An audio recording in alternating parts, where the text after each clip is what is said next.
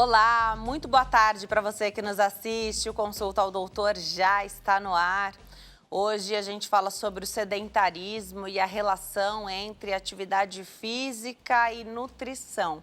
Teremos ainda bate-papo sobre hemorragia intracraniana e a gente conta com a sua participação através do nosso WhatsApp. O telefone é 11 3337 5886. Eu também te espero nas nossas redes sociais e é muito fácil se conectar conosco lá no Instagram, @TVHit, no Facebook é HIT TV Oficial, o nosso canal no YouTube é HIT TV ao vivo e para assistir a programação ao vivo em tempo real, pelo site www.hittv.com.br.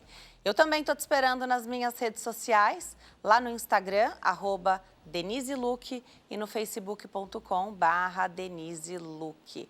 Começa o programa de hoje falando sobre sedentarismo e a relação entre atividade física e nutrição com o doutor Dirceu Mendes Pereira. Ele é médico estudioso em nutrimetabolômica, que a gente vai ter oportunidade de falar o que é, explicar aqui durante o Consulta ao Doutor, durante esse bloco, e a quem eu já recebo. Obrigada, doutor, por ter vindo. Uma alegria te receber aqui. É um grande prazer, Denise, estar aqui com vocês. Doutor, hoje fala-se muito de longevidade. Nós estamos vivendo cada vez mais. Fica estabelecido que idoso é acima de 60 anos por uma convenção, mas os 60 anos de hoje não são nem de longe os 60 anos de 50 anos atrás. Verdade. Então, a gente fala o idoso acima de 60 e hoje a gente tem até um outro termo, que ele é extraoficial, mas acontece muito, a gente usa muito, que é o superidoso, né? Então, 75 mais, 80 mais, a gente usa esse outro termo, porque não dá para colocar todo mundo na mesma caixinha, né? Claro.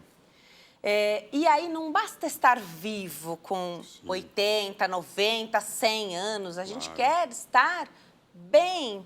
E ao que parece, a programação, se a gente quer estar bem nessa idade que a gente quer atingir, a gente tem que começar o mais cedo possível e lançando mão de todas as ferramentas que hoje são muitas e estão disponíveis para ter qualidade de vida. E é por aqui que eu quero começar esse bate-papo, né? Então, mas eu não quero ter um corpo atlético, eu não estou buscando uma melhor forma corporal, eu não estou obeso, não tenho sobrepeso.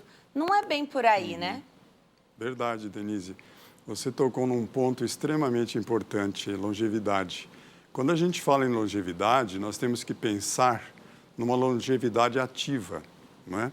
Que de nada adianta você chegar aos 80 anos, mas você estar com déficit de memória, você estar numa cadeira de rodas, não é mesmo? Você estar com um problema, por exemplo, gastrointestinal, que pode te inviabilizar a ter uma vida saudável. Então, o ideal é você chegar aos 80, 90, tendo autonomia, não é mesmo? Quem sabe até com uma prancha debaixo do braço esperando uma onda, né? Como a gente vê muito lá na Califórnia, indivíduos de 90, 95 anos puxando onda, né? Surfando. Então é muito importante esse conceito. Também te parabenizo pelo que você disse, que nós preparamos uma longevidade saudável a partir dos 20 anos, né? Se eu fosse mais além, desde quando nascemos, né? Tá certo? Mas vamos colocar 20 anos para cima. Que é quando a gente já consegue tomar atitude sobre nós, né? Exatamente, você já é independente, faz suas escolhas, né? E sobre isso eu gostaria de falar de algo que eu reputo de extrema importância, que é o nosso estilo de vida, né? É uma ferramenta extremamente, digamos assim, importante, porque a genética, ela não é determinante, ela não é destino, né? A gente nasce muitas vezes com uma genética muito privilegiada.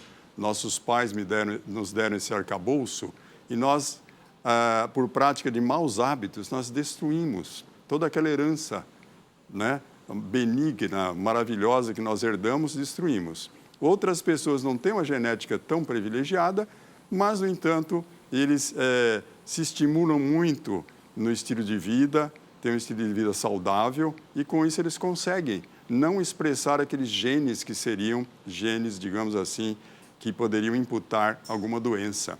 Então, a genética não é destino. O que nós temos de muito importante hoje é a nutrimetabolômica, porque nós conseguimos com ela, a cada garfada, colherada que você põe de alimento na sua boca, você está escolhendo o seu destino.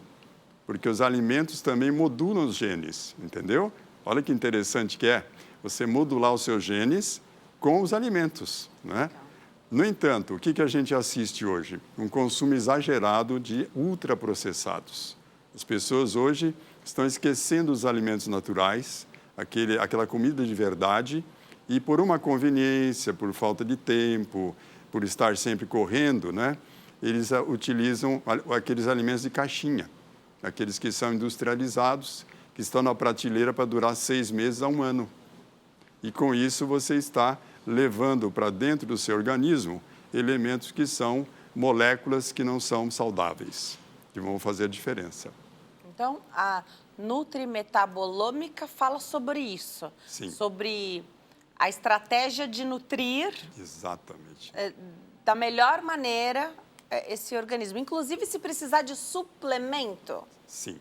O suplemento sempre a gente deixa como, digamos, o nome já diz, né? Um suplemento. Se precisar. Quando a pessoa tem uma alimentação bem balanceada, ela tem acesso aos bons alimentos, ela não precisaria de suplementos. No entanto, temos que pensar hoje que o nosso solo, onde os alimentos são plantados, estão muito judiados já, né? Estão um pouco cansados.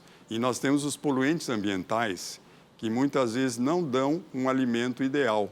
Pouca gente tem a oportunidade de comprar alimentos orgânicos com frequência, não é? Ou por dificuldade de ir à busca deles, ou talvez por problema econômico, que são um pouquinho mais caros.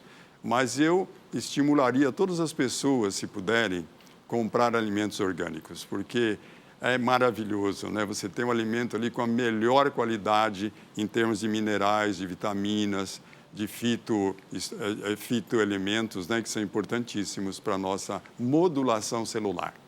Até tem melhorado essa questão do preço. A gente sabe que custa mais, porque tem que ter o selo do orgânico. Isso. Tudo custa mais, né? Você tem que respeitar mais o tempo do solo, o tempo do crescimento ali, né? Enfim, do que se está plantando.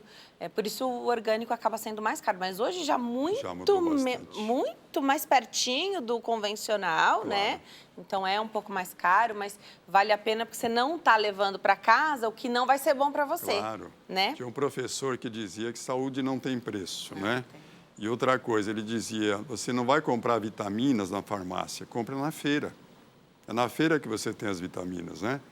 E aí você pode, obviamente, modular as suas células, porque a célula é o elemento mais importante do nosso corpo, né? A célula vai formar o quê? Os tecidos vão formar os órgãos e os órgãos formam o sistema, né? Então, temos que atingir a célula, que essa é a mais importante. Você que está assistindo, tiver alguma dúvida, aproveita que essa é a oportunidade para esclarecer aqui durante o Consulta ao Doutor com o Dr. Dirceu. Então, o telefone é 11 3337 5886. Você manda sua perguntinha através do WhatsApp. Doutor, então vamos lá. Fazer atividade física a gente já sabe também, né? A nutrição a gente vai ter oportunidade de falar mais da nutrição. E atividade física também é outra situação, outra questão que vai trazer a mudança ali do estilo de vida, para compor o estilo de vida saudável. Não tem um estilo de vida saudável sem fazer a atividade física. Com a tragédia que aconteceu no Rio Grande do Sul, isso está sendo muito falado. Você conseguiria sair de casa com a água batendo na cintura?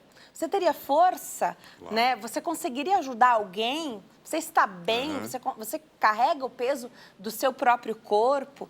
Isso está sendo questionado e trazido assim nas redes sociais, porque não tem essa de eu não gosto de fazer atividade física.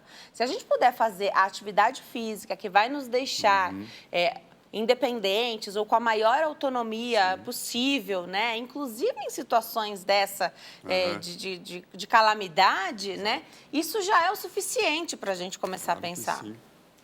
A atividade física, muita gente pensa que é assim para te dar uma estética, você ficar mais bonito, mais sarado, né? Mas, na verdade, ela é saúde. O músculo tem uma importância enorme. Ele é um órgão endócrino. ele secreta hormônios, ele secreta muitas moléculas que são ativadoras do cérebro. Por exemplo, uma delas chama-se irisina.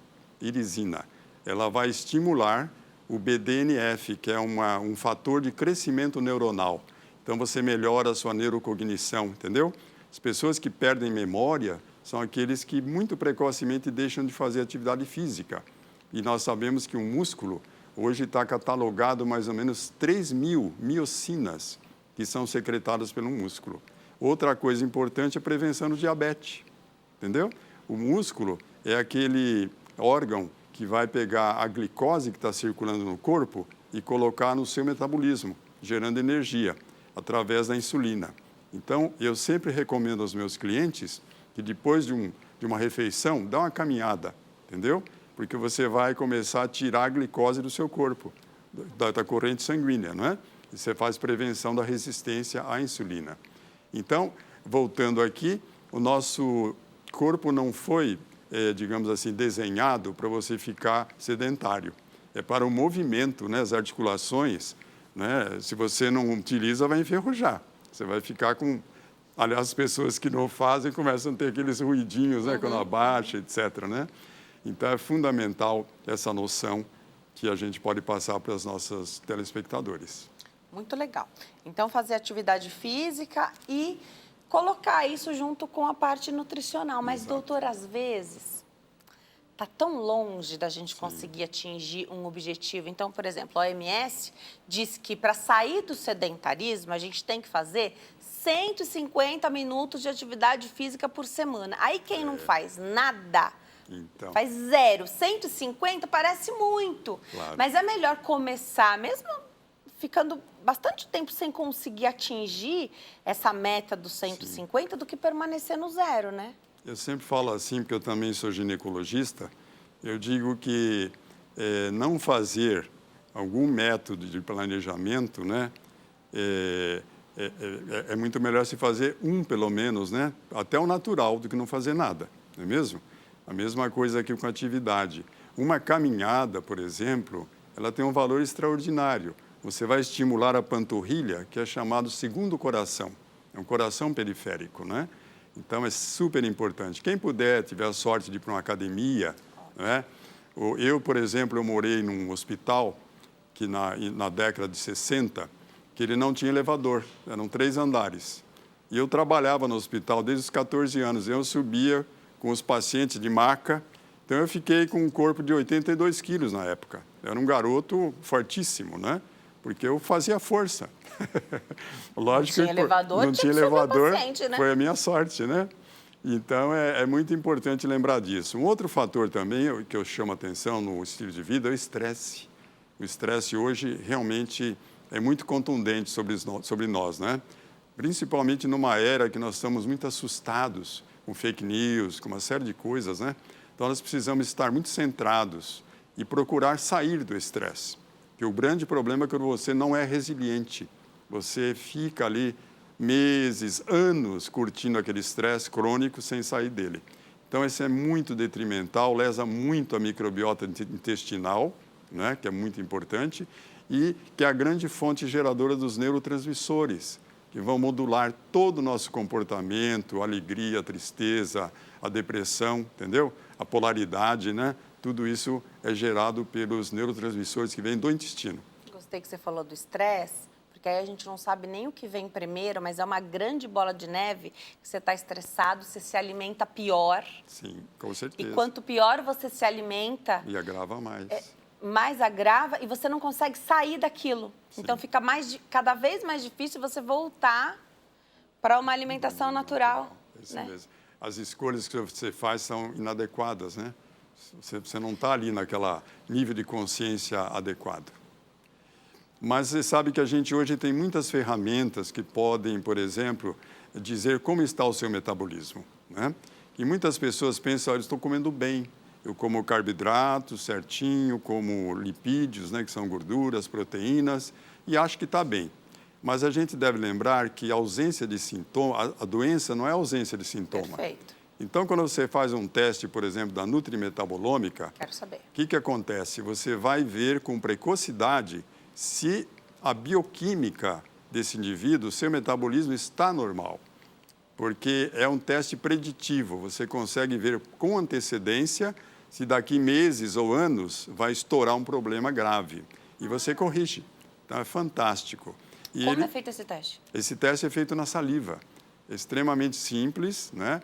Como é feito também o do perfil genômico. Só que o genômico, ele te dá uma inclinação do que você poderá ter. Já a metabolômica é o que está acontecendo aqui e agora, entendeu? E você pode corrigir. O médico, a nutricionista, pode, através de uma boa dieta ou com suplementos, corrigir um problema que vai te levar para uma hipertensão arterial, para um diabetes, para uma neurodegeneração, entendeu? Com precocidade. Gostei. Hoje fala-se muito de teste genético. E a genética é aquilo que a gente ainda não sabe como que vai mudar. Por enquanto, é o que está lá e é isso. E aí a gente muda o que está ao redor, faz o tratamento. Então, às vezes, é uma questão oncológica, que você descobre uma mutação e aí torna mais assertivo o tratamento oncológico. Mas fica muito aquilo, é a genética, é aquilo, é a genética, é aquilo, imutável. Então, o que você está falando aqui pra gente é que, se tiver indicação de fazer o teste genético, tudo bem, mas hoje, essas opções dos testes genéticos, elas aparecem como num cardápio, e sem a indicação a gente não deve fazer. Esses exames precisam ter indicação médica, porque a gente vai fazer perguntas e a gente tem que saber o que fazer com as respostas que os testes vão dar. Então, questões para a gente conversar aqui. Quando o doutor estiver com a palavra, eu já vou passar a palavra para ele, mas esse teste, esse exame, então, de nutrimetabolômica, é o aqui e agora, como é que está o seu organismo, essa fotografia. E se não está bom, a gente vai resolver. Perfeitamente, é isso mesmo. A genética, você tem polimorfismo, você lembrou muito bem, uma mutação que acontece em mais de 100 vezes, né? Você chama de polimorfismo. Ela só vai se expressar se houver um agente estressor, entendeu? Um gatilho. Um vírus, por exemplo. Você vê o dengue, o vírus da dengue, né? Ele expressa, através desse gatilho, inúmeros sintomas, né? Que a gente tem visto aí, inclusive óbitos. Né? Então, o estilo de vida que te dá essa condição. Não só o estilo de vida, que você pode ter esses gatilhos quando você tem um estilo de vida que não é adequado, ou o meio ambiente onde você vive. Por exemplo, metais pesados, mercúrio, chumbo, cádmio, o tabaco, né? O cigarro. Tudo isso aí pode expressar um gene que estava quietinho lá, que às vezes você vive 90 anos e ele não se expressou, entendeu? Veja que interessante que é. Mas então, voltando, a metabolômica, ela te dá o que está acontecendo, né? Agora, os dois juntos é o melhor dos mundos. Você tem os dois, né? Você já sabe o que pode acontecer e você checa se está acontecendo ou não. Se você está no caminho que vai te prejudicar, porque sua genética já não te ajudou tanto. Isso. Muito legal. Então, casar esses dois é fantástico. Fantástico. Cada vez mais é o que vai acontecer, eu acho, né? Eu acho, porque a escala está tornando, por exemplo, o teste de genômica muito barato. Você faz hoje já por $100. E a metabolômica também vai acontecer isso. Então, na escala vai ser um exame comum, que todos nós vamos fazer. Entendeu? Assim como a gente faz nosso check-up. Exatamente. Então, isso vai te dar a possibilidade de fazer boas escolhas. Como é que esse exame, doutor, não conheço. Como é que esse exame ele vem? Ele vem discriminado o quê? Porque se a gente faz um hemograma completo, por exemplo, primeiro vem a série vermelha, depois vem série branca. Como é que ele vem? Esse exame é feito, então, na saliva. A gente tem 56 metabólitos, né, que são identificados através de um exame extremamente importante e sofisticado, que é a espectrometria de massa. Esses dados são compilados com um computador, entendeu? Uma inteligência artificial. Aí você tem um mapa que vai ser mais ou menos como se fosse uma mandala, entendeu? Vai pegar a saúde intestinal, vai pegar a parte de energia e mitocôndria, que vai nos dar aqui as fontes de energia que nós temos, vai pegar a biotransformação no intestino e no fígado, vai pegar problemas de comunicação, que são os hormônios e neurotransmissores, vai pegar também a parte que nós chamamos de circulatória, tanto arterial como venosa, como linfática, vai pegar a parte aqui de locomoção, que são as membranas, as articulações. Então, você faz um mapeamento completo da pessoa com esse teste, entende? E no nosso organismo, tudo se comunica. Nada está isolado, entendeu? É como você tocar uma tecla de piano, esse som vai reverberar no universo todo, que são as células. Então, é uma coisa fantástica, maravilhosa. Nós estamos agora fazendo programas de educação médica e de nutricionista para lidar com esse teste, entendeu? Que eu acho que vai ser a medicina do futuro. Porque o nutricionista também poderia indicar esse teste para o seu paciente. Muito. Tem muito a ver com a nutrição. Tem tudo a ver. Muito a ver. Porque com certeza a mudança... Como vão vir essas mudanças, né? Se for algo mais severo e urgente, que o doutor vai explicar se tem esses casos, ok, questão médica, você vai lá, leva essa resposta e vai tratar. Mas tudo aquilo que for da alimentação é com o nutricionista. E em algum lugar deve lá ficar evidente se você está fazendo atividade física, se o seu corpo está... né? Demonstra tudo. E aí você vai ter que procurar o profissional da atividade física. A gente chama que a gente pega na mentira. Se o cliente fala uma coisa, mas você fala aqui, não, aqui não está, você não está falando certo, você está brincando comigo. E outra coisa que você falou da longevidade ativa, né? Até anotei aqui para não esquecer esse termo, gostei bastante. Existe uma diferença entre fazer atividade física, fazer o exercício físico e ter uma vida ativa. Então, eu ando de metrô, eu escolho ir pelas escadas e não pela escada rolante. Eu ando bastante, passeio com o cachorro, ou coloco uma roupa adequada para o treino, calço sapatos, tênis adequados para o exercício e vou para a academia, eu vou para o parque, ou vou para a rua andar, caminhar, correr. Isso faz diferença também no que diz respeito à saúde? Com certeza, Denise. Olha, hoje nós estamos com um problema sério, né? Todos nós dependentes de carro, né? Quase todos nós nos locomovemos de carro. Sim. Eu tenho uma vida que eu uso muito, por exemplo, meu transporte pode ser ônibus também. E eu faço uma coisa interessante. O ônibus ele chega num ponto e eu não pego aqui nesse ponto e vou correndo pegar o próximo ponto, entendeu? Então, estou fazendo um pique, que é muito interessante você fazer. Elevador, quando não é muito, eu subo de escada. Para descer, eu desço sempre de escada, porque você vai estimular aqui a panturrilha. Então, você vai ficar com a glicose baixinha no sangue, porque o seu músculo vai utilizar, entendeu? Então, a gente precisa se locomover. Nossa vida hoje, também com vitamina D3, está ficando um problema, se não toma mais sol. Nós vivemos aqui sempre com iluminação artificial, pegamos o carro, saímos do escritório, aqui entra no carro, também não pega sol, então precisamos tomar cuidado. E a vitamina D3 é muito importante, excelente para imunidade, né?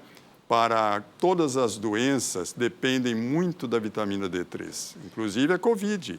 A maioria das pessoas que morreram por Covid tinham vitamina D3 muito baixa, muito baixa. Suplementar, tudo bem. Muito importante. Tá. Muito importante. Tem a questão do sol, que os dermatologistas pedem para evitar o risco, né, por conta do risco do câncer de pele. Também tem razão. Mas então, suplementar está ótimo, é o que a gente deve fazer. Mas você deu o exemplo dos idosos na Califórnia, por exemplo, né? E eu acredito muito que tenha também um impacto. Califórnia é um clima bem parecido com o nosso aqui. Muito sol. Então, tem muito sol, né? Então, sol é vida, né? Até esse impacto também, né? De onde é que estão como você vive? As pessoas que às vezes moram em Londres reclamam que os dias são cinzas, tem até, de repente, mais depressão nesses lugares cinzas do que em outros, né? Então, sol traz essa possibilidade. Use o protetor. Claro. E vida outdoor, né? Fora de casa. Exatamente. Agora, lembrar que a vitamina D3, ela é sintetizada mais aqui no tronco.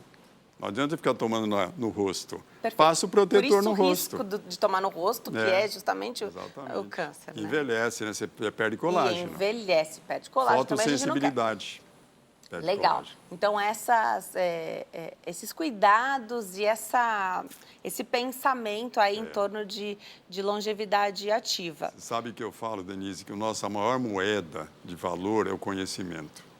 Quanto mais a gente tem conhecimento, mais você tem uma vida assim autônoma, né? Você pode decidir as suas escolhas. Por isso que esses programas que vocês colocam aqui são muito importantes. Eu fico muito chateado de ver as pessoas perdendo tempo, colocando coisas na rede, assim, quando poderiam estar assistindo programas como esse, né? Que vai aumentar o conhecimento e colocar na prática esse conhecimento. O conhecimento é algo que, uma das poucas coisas que ninguém tira da gente, não ocupa espaço, né? Não ocupa lugar. Nem na tortura, né? Ninguém tira. Ninguém tira da gente. E é muito bom, né? Poder ter essa autonomia, a cabeça boa também. Sim, falar da longevidade com a cabeça boa. Não tem como não falar das vitaminas, né? Minerais. Vitaminas, minerais. Então, é possível fazer tudo isso através da alimentação. E uma pergunta que chega aqui pra gente, que eu acho até interessante de colocar, é, através desse exame metabolômica, é possível saber com o que a gente não é compatível? Então, de repente, você adora uma fruta, um vegetal, um alimento, batata, por exemplo. Mas, às vezes, esse carboidrato não é para você. Não é sobre isso ou pode ser também? Não, ele não chega a esse ponto. Mas nesse ponto, a gente tem que se louvar aqui de problemas de hipersensibilidade, de intolerância e de alergia, que são outros testes que se faz. A gente vai ver o desdobramento disso, mas não especificamente aquele agente que pode ser, por exemplo, a causa da sua alergia ou da sua intolerância alimentar, entendeu? Um motivo para cada vez mais pessoas estarem intolerantes ao glúten, por exemplo, nem só a lactose, mas as pessoas estão tirando todo o leite. Não só a lactose, porque tem a enzima para a gente tomar quando você... Toma lactase, Isso, toma a enzima e você consumiria o leite. Tem algum motivo? É do nosso comportamento, nosso novo estilo de vida? É da modernidade? Sim, hoje, por exemplo, vamos falar um pouquinho sobre o glúten, né? O glúten, há sempre uma piada que se fala que o ovo ficou muito tempo ali no ostracismo, né? 30, 40 anos, vai aumentar o colesterol, etc. É tudo balela. Eu como 3, 4 ovos por dia de manhã, não faz mal nenhum, né? A não ser que você tenha alguma hipersensibilidade alimentar, aí sim. Mas eu disse que o glúten também vai falar para o ovo, olha, agora eu também, me castigaram aí 30 anos, agora eu sou inocente, né? É a vez do glúten ficar nesse lugar. Mas vamos tomar então. cuidado, Denise, que um problema que está surgindo muito não é com o grão do glúten, mas sim com a farinha do glúten, porque ela está sendo contaminada muitas vezes por fungos, entendeu? Desde o processo que você colhe o trigo, né? O trigo que aqui entre nós é um trigo... digamos assim, que passou por geneticamente modificado, né, o trigo, várias vezes, mas no beneficiamento da farinha, na estocagem, no transporte, etc. e tal, a contaminação fúngica. Isso é muito danoso para o intestino e vai repercutir bastante, né? Precisamos estar muito atentos com isso também. Não é tanto o glúten, mas também o fungo que vem na farinha. Legal. Entendeu? Perguntinha do público, vamos colocar na tela, saber o que chega para nós através do WhatsApp? Edmar, de Volta Redonda, no Rio de Janeiro. Tem diferença, doutor, ingerir uma banana e depois comer uma fatia de mamão, por exemplo, do que comer tudo isso misturado e batido no liquidificador? Edmar, obrigada pela sua pergunta. Olha, eu sempre costumo comer a fruta in natura mesmo, sem beneficiar por causa das fibras, né? Se você bater no liquidificador e não coar, maravilha. O problema é que muita gente coa e joga a fibra fora. O melhor é a fibra. Por quê? Porque a fibra, ela é um alimento de bactérias boas, friendly bactérias, né? Aquelas bactérias que produzem metabólitos essenciais para nós, como butirato, acetato, propionato, que são maravilhosos, entendeu? Então, se não passar pela peneira, e se for uma peneira fina, pior, aí é melhor comer a fruta, mas pode misturar. A salada de fruta é muito legal. Só não come ela depois de 1 hora, que aí as enzimas já Já comeram, né? Ah, porque tem que ser... Tem que ser logo. Você tem que cortar... Cortou e já come. Porque tem a facilidade... Ah, então agora você me lembrou de uma outra coisa, doutor. Hoje vem as frutas todas cortadas, você já leva na bandeja embora. Depois você vai comer, às vezes, num supermercado, depois de 3, 4 horas. Tá. Já tá os enzimas já fizeram efeito, né? Tá ótimo. Então, é importante o mais fresco... O mais fresquinho possível, né? Isso. O mais fresco possível. Manter... Acho que a ida tem que estar em ordem, né? A visita à feira e ao hortifruti tem que estar em dia, né? A gente sabe que mesmo os produtos que antigamente eram muito mais baratos, né? Até a xepa da feira hoje não está tão acessível, né? A gente sabe, mas tudo aquilo que você vai consumir, o que é gastar dinheiro, jogar dinheiro fora? É deixar a fruta lá estragando, né? Quando você vai consumir, então com o planejamento a gente consegue fazer isso. É investimento em saúde. Eu sempre falo, Denise, que a diferença que existe entre preço e valor. Com certeza. Às vezes o preço é maior, mas o valor é imenso, né? Então é melhor você gastar com os alimentos do que gastar na farmácia, não é verdade? Então comer bem é uma necessidade absoluta. Tem mais uma perguntinha? Vamos colocar na tela? As perguntas chegam através do WhatsApp. Cremilda, boa tarde. Faço atividade 4 dias na semana. Ela te pergunta, é o suficiente para uma vida saudável? Obrigada, Cremilda. 4 vezes está muito bom, muito bom. Lembrar também, Cremilda, que as pessoas que querem fazer todo dia, às vezes 2 vezes por dia, não é legal, porque o cobertor é curto. Você está gastando muito nutriente na atividade física e desguardando, né, o seu organismo para outras atividades também essenciais. Então, tudo na vida é moderação, entendeu? E ter sempre um personal trainee para te dar uma boa orientação para você não ter lesão, né? Não ter problemas dessa natureza, né? Senão você vai ficar no estaleiro 2, 3 meses, não adiantou nada. Doutor, com tanta opção de atividade física hoje que a gente tem, também é importante que a gente goste de fazer aquilo que a gente escolheu fazer? Eu sempre digo, olha, eu agradeço tanto ter sido médico, porque eu adoro minha profissão. Se eu reencarnar de novo, eu quero ser médico novamente, né? Mas eu acho que tudo que você faz com prazer, que você gosta, pode ser até um gari. Se ele fizer com prazer, ele é feliz, né? Então é muito importante você alinhar o que você gosta com a sua profissão. Você será sempre feliz. Então, está alinhado tanto na atividade física, quanto o doutor falou do manejo do estresse, que é tão importante falar hoje, né? E buscar as ferramentas que a gente tem. Então, fazer psicoterapia, né? Então, se houver já uma ansiedade patológica, buscar o médico psiquiatra. O yoga, né? Todas essas práticas. Fazer esse manejo, né? Então, meditar. Tem perguntinha. Vamos colocar na tela? Vamos saber o que chega para nós? Raiane, de Guarulhos, aqui em São Paulo. Uma dúvida para o doutor. O jejum intermitente, doutor, tem o poder de ajudar a combater uma genética ruim e de matar ou exterminar as células velhas do corpo? Obrigada, Raiane. Sim. O jejum intermitente é interessante, tá? Mas ele não é para todo mundo. É muito importante você saber indicar o jejum intermitente. Por exemplo, se eu tenho um sobrepeso, estou obeso, né? E eu tenho, por exemplo, uma resistência à insulina, é maravilhoso. Eu vou comer com intervalo de 15 horas. Dá tempo, a gente chama de células senescentes, essas células que precisam ser eliminadas, como ela falou, né? São zumbis que ficam aí, não morreram nem estão vivas, né? Com o jejum intermitente, elas são exterminadas e serão substituídas por células tronco, né? Outras células novas. Então, ele é muito bom. Agora, uma pessoa como eu me considero magro. Se eu fizer jejum intermitente, eu vou desaparecer. Vou virar um... Entendi. Não dá. Entendi. Entendeu? Entendi. Então, é importante saber para quem você indica e de que maneira você faz. O meu jejum intermitente é eu me alimentar às 19 horas e depois comer daí 12 horas, né? Mais ou menos. Está ótimo. Já 12 horas. 12 horas em jejum. Já faz né? O jejum, elimina aquilo que Exatamente. precisa, né? Muito legal. Doutor, eu adorei te receber. Eu vou deixar o contato no Instagram, @IonNutri, 2 N's, IonNutri. Volte sempre, doutora. Adorei bater esse papo. Um prazer te conhecer. Volte outras vezes.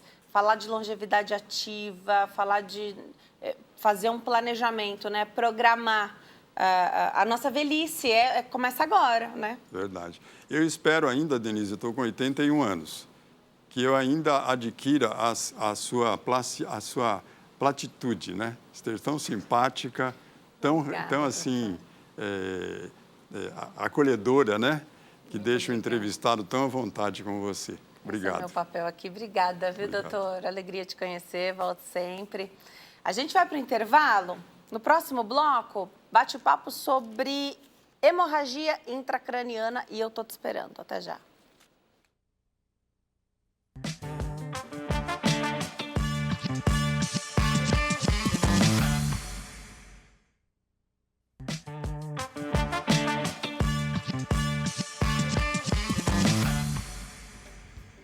Nós estamos de volta nesse bloco para falar de hemorragia intracraniana. Aproveita a oportunidade para tirar suas dúvidas através do nosso WhatsApp. O telefone é 11 3337 5886. 11 3337 5886. Nesse bloco eu tenho o prazer de receber o Dr. Samuel Salu, que é médico neurocirurgião. Doutor, alegria te receber aqui. Obrigada por ter vindo. Tudo bom, Denise? Muito obrigado por ter chamado de novo. Adoro esse canal aqui, é muito legal. A gente que adora te receber aqui, tirar todas as dúvidas, ficar bem informado. Doutor, hemorragia intracraniana e sangramento intracraniano, tem diferença? A hemorragia, o sangramento a gente consegue dividir com um nome um pouco mais técnico, né? Em hemorragia e hematoma, tá? O hematoma, ele é quando o sangue que sai do vaso fica localizado e a hemorragia é quando se espalha. Basicamente é isso. Ah, tá bom. Tá bom. Então, hematoma está mais localizado e hemorragia que se espalha, meio que sai um pouco do controle. Então, é maior. Por exemplo, né? O nosso cérebro ele é dividido em camadas. O local que tem esse sangramento, às vezes acontece de ser bem junto do nosso líquor, que é aquele que a gente coleta lá na coluna. Então, quando acontece isso, em vez de formar um hematoma, acaba formando uma hemorragia. E aí acaba indo junto com... É mais um nome técnico mesmo. Mais um nome técnico. O nosso cérebro é muito vascularizado. Muito. Então, tem que ter muito sangue circulando lá, mas cada um tem que estar no seu lugarzinho certo, né? Tem que estar no lugar certo lá, o sangue dentro do cérebro. Dá sintoma a hemorragia? A gente já teve a oportunidade de falar de aneurisma, outras situações que a gente até pode abordar ainda nesse bate-papo, mas tem sintoma? Porque quem não tem nenhum sintoma pode passar uma vida inteira sem nunca fazer um exame que possa enxergar a parte intracraniana, né? A gente tem muitos tipos de sangramento dentro do crânio, né? E os sintomas, eles em neurocirurgia, em neuro em geral, né? Eles estão muito relacionados ao local que acontece o sangramento, né? E não só o sangramento, tumores ou qualquer outra lesão, tem muito a ver com o local que acontece, né? E dentro dessa gama gigante de tipos de sangramento que podem acontecer, pode ter pacientes completamente assintomáticos e pacientes com quadros clínicos extremamente graves e tudo que tem no meio entre esses dois, né? Dá para ter todo tipo de apresentação. E existe também, né, os que ficam assintomáticos por bastante tempo e em algum momento do nada descompensa, né? Mas é possível sim. E o sintoma vai vir de acordo com a região, a localização. De acordo com o tipo de sangramento, com a localização do sangramento, o volume que está lá, às vezes condições clínicas que tem junto no paciente, né? Então tem um monte de coisa que acaba... É difícil resumir todos os sintomas para sangramento em geral, né? Mas dá para subdividir os sangramentos e falar um pouco de cada caso, né? Subdivide então para a gente, doutor, para entender. Está muito em alta falar do sangramento intracraniano, de hemorragia intracraniana. Chama a nossa atenção, porque situações que acontecem do nada, né? Então, estava tudo bem, estava trabalhando, de repente, uma situação... E ao que parece, e a gente imagina, né? Nosso cérebro todo é nobre. Então, quando há necessidade de hospitalização... É UTI, UTI assusta, mais o leigo, né? Mas UTI sempre assusta. Queria que você explicasse um pouquinho. O nosso crânio ele não tolera muita coisa lá dentro porque ele é duro e fechado, né? Qualquer coisa que aparece a mais, alguma coisa tem que sair de lá. Senão não comporta, Senão né? comporta. Faz a pressão. A gente tem uma certa complacência para aguentar um pouquinho, mas uma hora a gente perde essa capacidade de adaptar, ou pela velocidade do sangramento, ou de outras lesões, ou pelo volume mesmo. Às vezes, mesmo que for muito devagar, tem uma hora que, por mais devagar que seja, a gente não vai conseguir compensar, né, esse volume a mais entrando no crânio, alguma coisa tem que sair, né?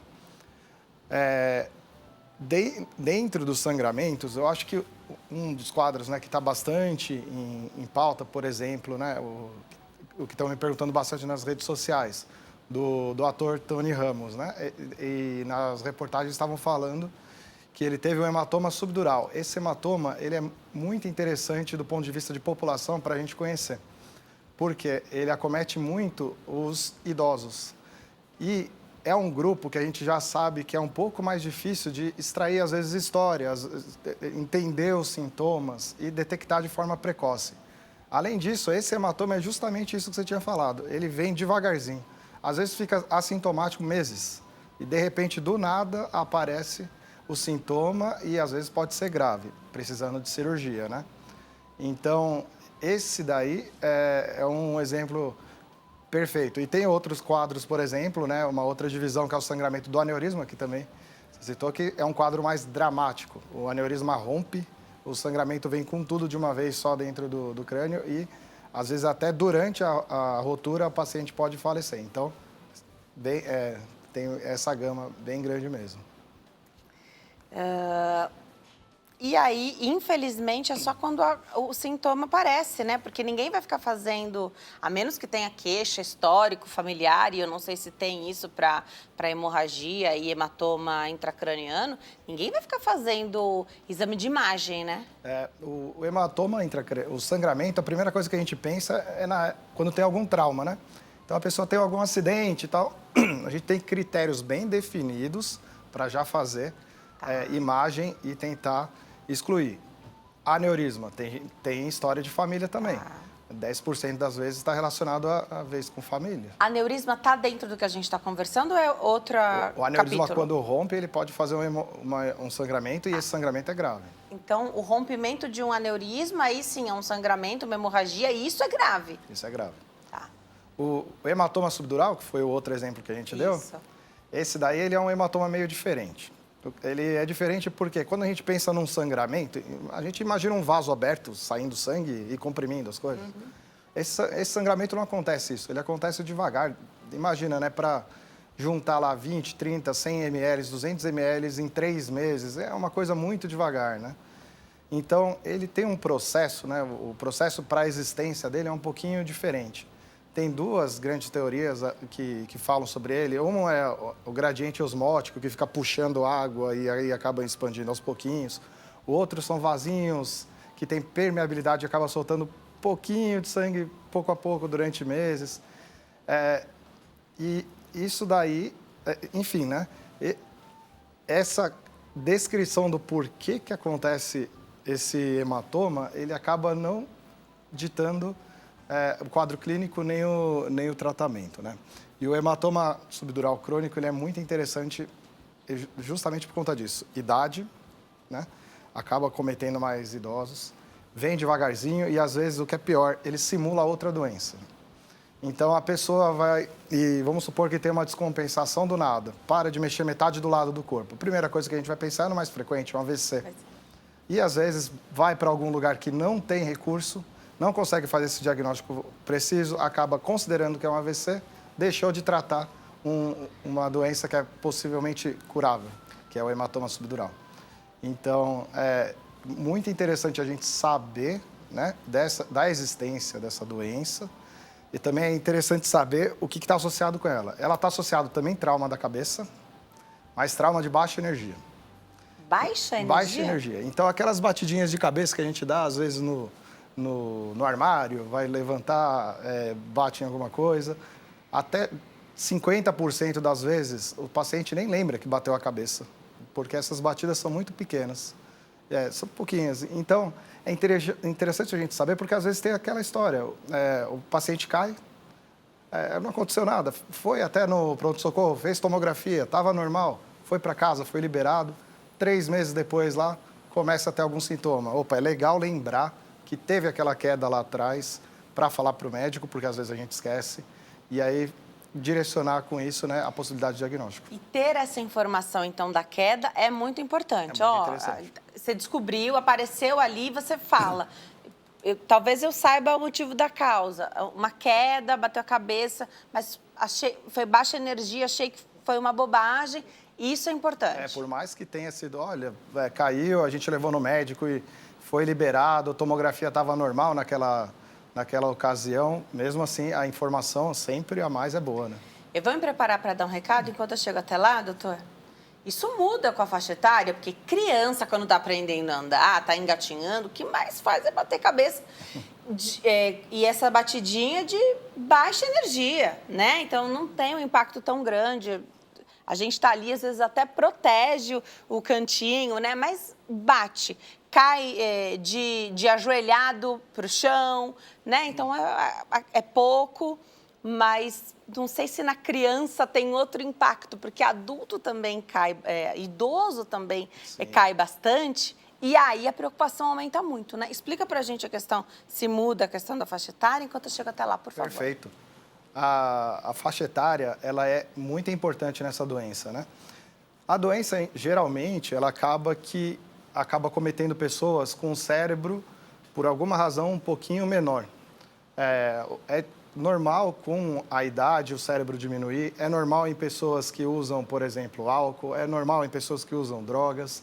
É normal em algumas outras doenças que acabam reduzindo o volume encefálico, né?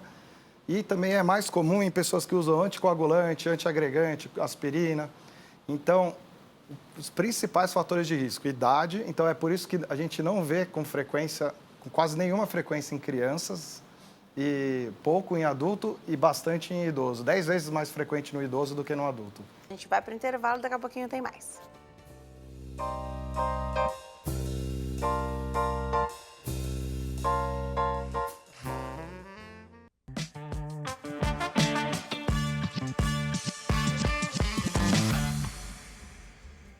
Nós estamos de volta. Nesse bloco, a gente continua falando de hemorragia intracraniana. Volto a conversar com o Dr. Samuel Salu. Ele é médico neurocirurgião. A gente fala sobre hemorragia intracraniana e eu conto com a sua participação. Aproveite lá no WhatsApp, 11 3337 5886. Você manda sua pergunta, vai ter sua dúvida respondida aqui no programa pelo Dr. Samuel. Doutor, você falava então sobre... Vamos retomar grupo de risco? Quem é o grupo de risco para hemorragia intracraniana, doutor? Então, grupo de risco, geralmente, são 2 coisas. Pacientes que têm o volume do cérebro um pouco menor do que o normal, e isso acontece normalmente com a idade. Nosso cérebro diminui sem nenhum problema, né? Mas ele diminui. E pessoas com tendência a sangramento. Então, por exemplo, quem usa anticoagulante, aspirina, tem alguma doença como hemofilia. Então, somando, né, esses 2 tipos de problema, daí daria para fechar esses 2 grupos de risco. Então, por o lado pensando, né, no tamanho cerebral, idade, usuário de droga, quem já teve AVC antes, porque quando tem o AVC o cérebro diminui, sobra um espaço lá dentro, né? Quando o AVC é grande. Que tem pessoas que têm AVC pequeno, eu já vou fazer essa ressalva para não ficar preocupado, né? Tá bom. Pessoas com algumas doenças degenerativas, que também podem reduzir o tamanho do cérebro. Então, tudo isso faz com que o cérebro dentro do crânio, que tem umas veias, eles podem fazer com que esse sangramento aconteça chacoalhando o cérebro lá dentro. Essa daí é a teoria, uma das teorias. Legal. E tratamento? Como é que faz tratamento? E aqui, a primeira coisa que a gente fala é que o grupo de risco e o que mais acomete aí são os idosos. Idoso já costuma ter comorbidade. E falávamos até nos blocos anteriores, né, no bloco anterior, com o doutor Dirceu, sobre essa questão da longevidade. Então, hoje, A gente tem pessoas vivendo 8ª, 9ª, 10ª década de vida, né? E é muito comum que essas pessoas tenham alguma questão. A pergunta é, isso pode atrapalhar uma abordagem de tratamento, cirúrgica principalmente? Essa pergunta é perfeita, né? Porque imagina, né? Por exemplo, que nem você falou, o idoso e ainda vai lá e tem um problema cardíaco, precisa tomar... tudo junto de uma vez só.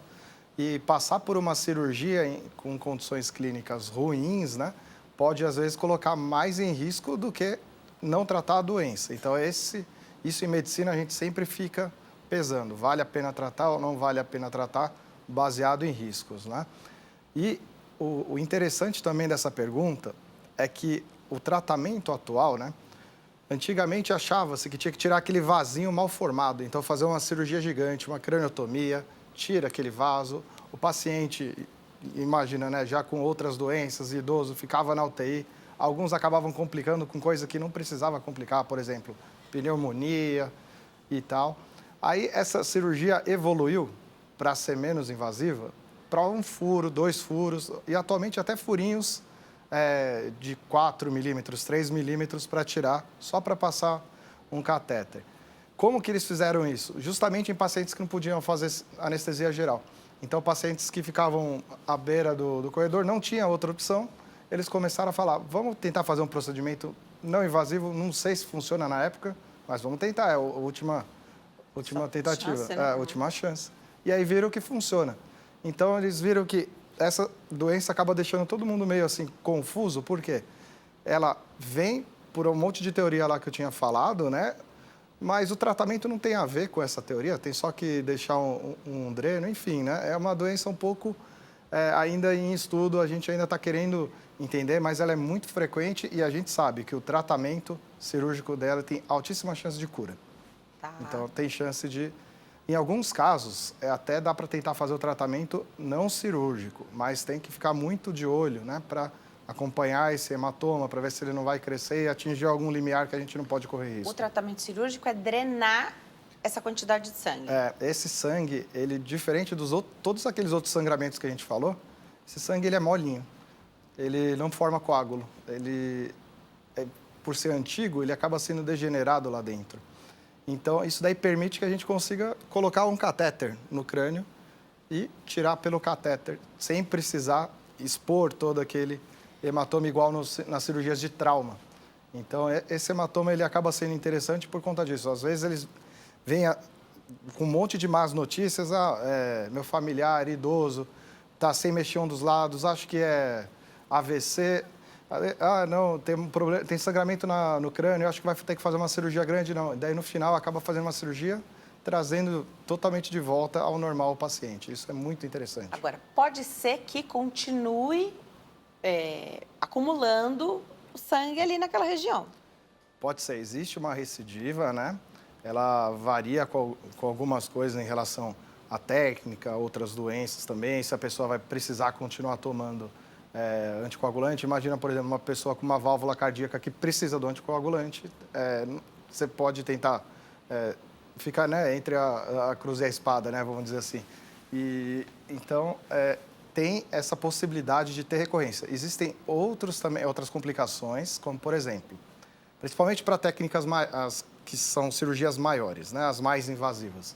Entra ar dentro do crânio, esse ar, às vezes, pode, aprisionado lá dentro, expandir.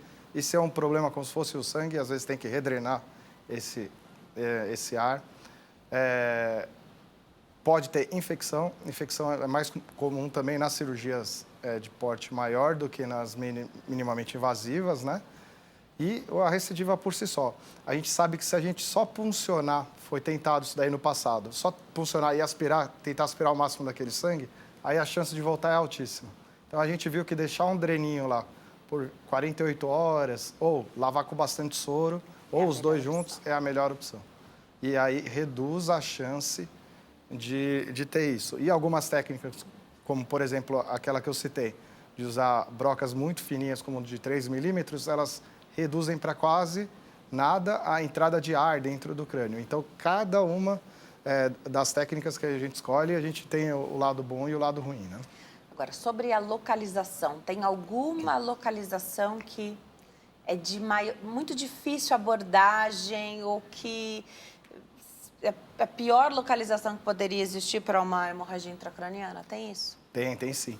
E para esse caso, né, para o subdural ele fica numa camadinha, que é aquela capa que fica em volta do cérebro, daí logo abaixo teria esse sangramento acumulado lá. Esse normalmente fica em locais acessíveis, tá? São raras as vezes em que está em um lugar não acessível. Mas outros tipos de sangramento, eles são tão escondidos, né, que vale a pena não mexer mesmo, porque às vezes tirar o sangramento pode só trazer malefício e benefício quase que nenhum, né? Então, por exemplo, tem um AVCH, né, um acidente vascular cerebral hemorrágico, por menor que seja, lá no tronco encefálico, a gente não tem o porquê mexer no tronco encefálico, porque a gente pode deixar com mais sequela do que a doença, né? E o nosso papel é o contrário, né? Tá.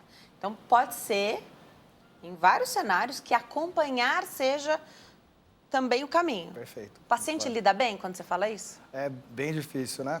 Mas eu tento sempre lembrar ele que ele não está na fase inicial, porque às vezes dá a impressão que não está acontecendo nada para proteger ele. Não, a gente já sabe que tem um sangramento, a gente já está acompanhando. Isso já é muito caminho andado, exatamente. Né? E a gente já está tentando dar um passo à frente caso venha ter alguma... Agora, quem já teve uma hemorragia intracraniana, já teve um hematoma, já tratou, e às vezes por qualquer outra razão, outro médico de outra especialidade pede para tomar, por exemplo, um remédio que afina o sangue para não dar trombose, enfim. E aí, sabendo disso, fala e não toma, como que funciona? É difícil, às vezes tem que ter essa negociação e acontece no dia a dia.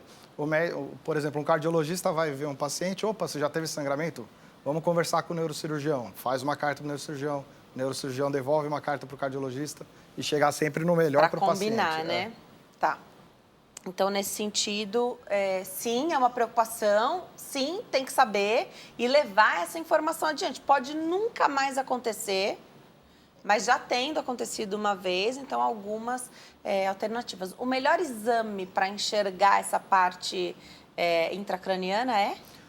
O exame melhor, por incrível que pareça, é a tomografia. Tomografia. Porque ela é rápida e no contexto de sangramento, às vezes a pessoa não consegue, você quer colaborar, né? Você está atrapalhado, confuso, agitado.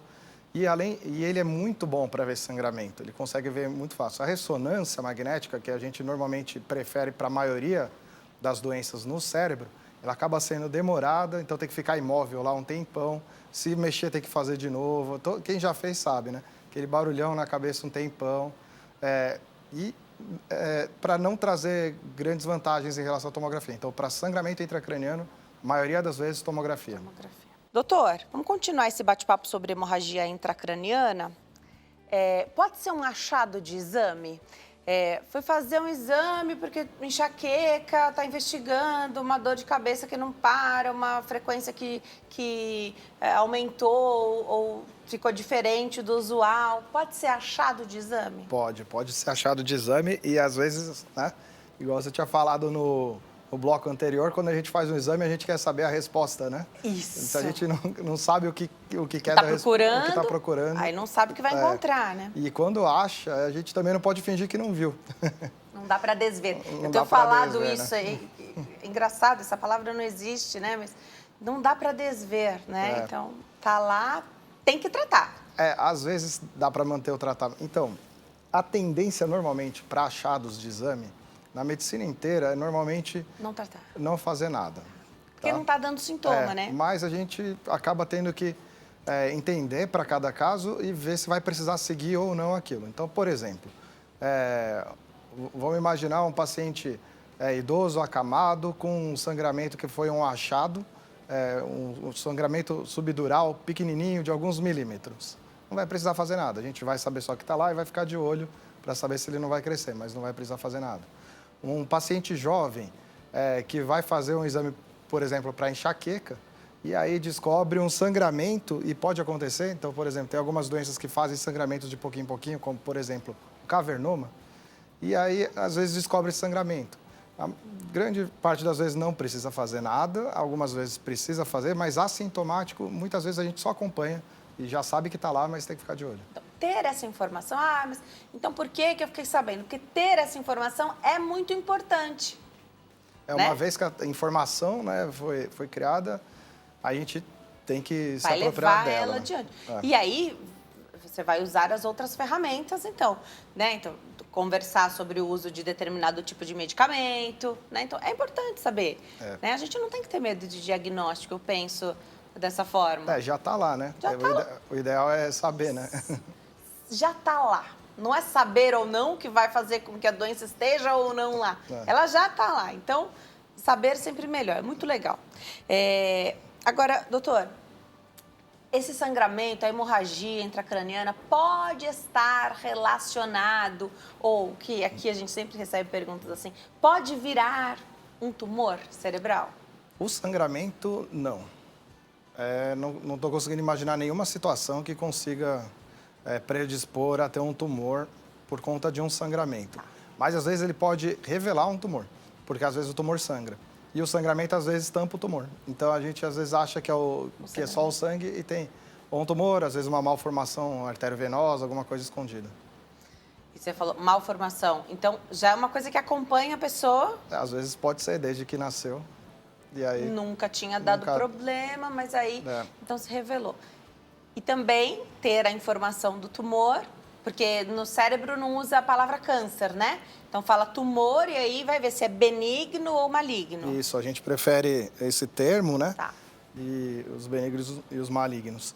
Mas sim, né? Às vezes a pessoa tem uma doença que está lá e aí é muito melhor a gente já saber que tem. Então vamos supor, uma pessoa que é portadora de uma malformação arteriovenosa. Qual que é o risco? Sangrar em algum momento.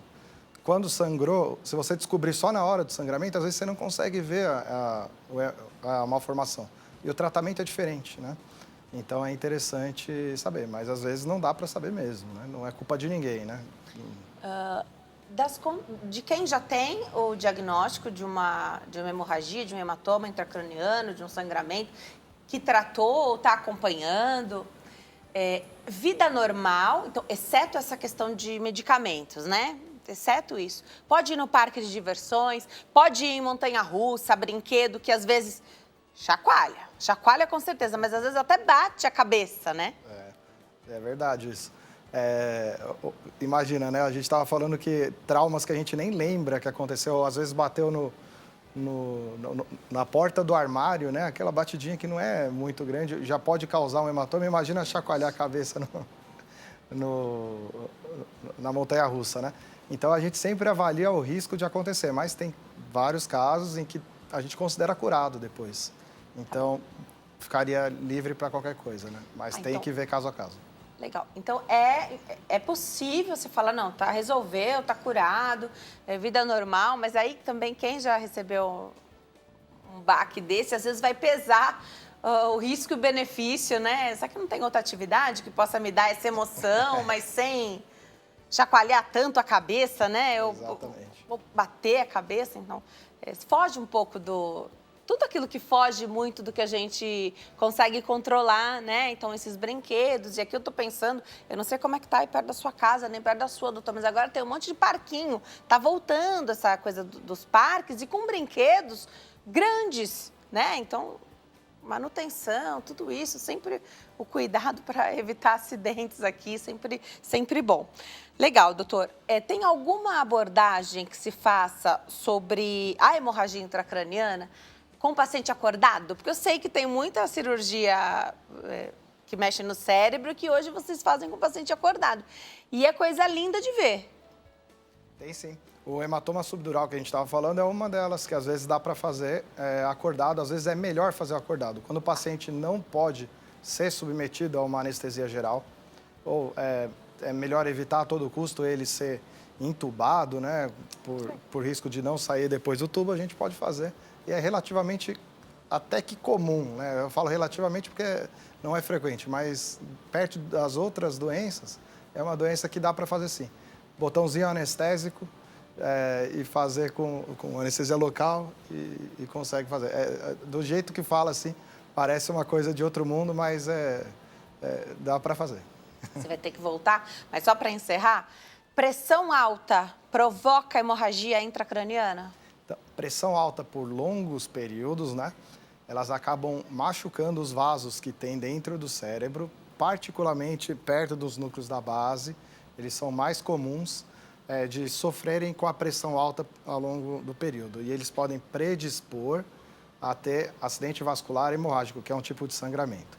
Outras doenças, então, às vezes a pessoa tem alguma coisa que já está prestes a romper, aí sim o pico de pressão alta, mesmo que momentâneo, pode ajudar a romper de uma vez. Vou deixar os contatos do doutor.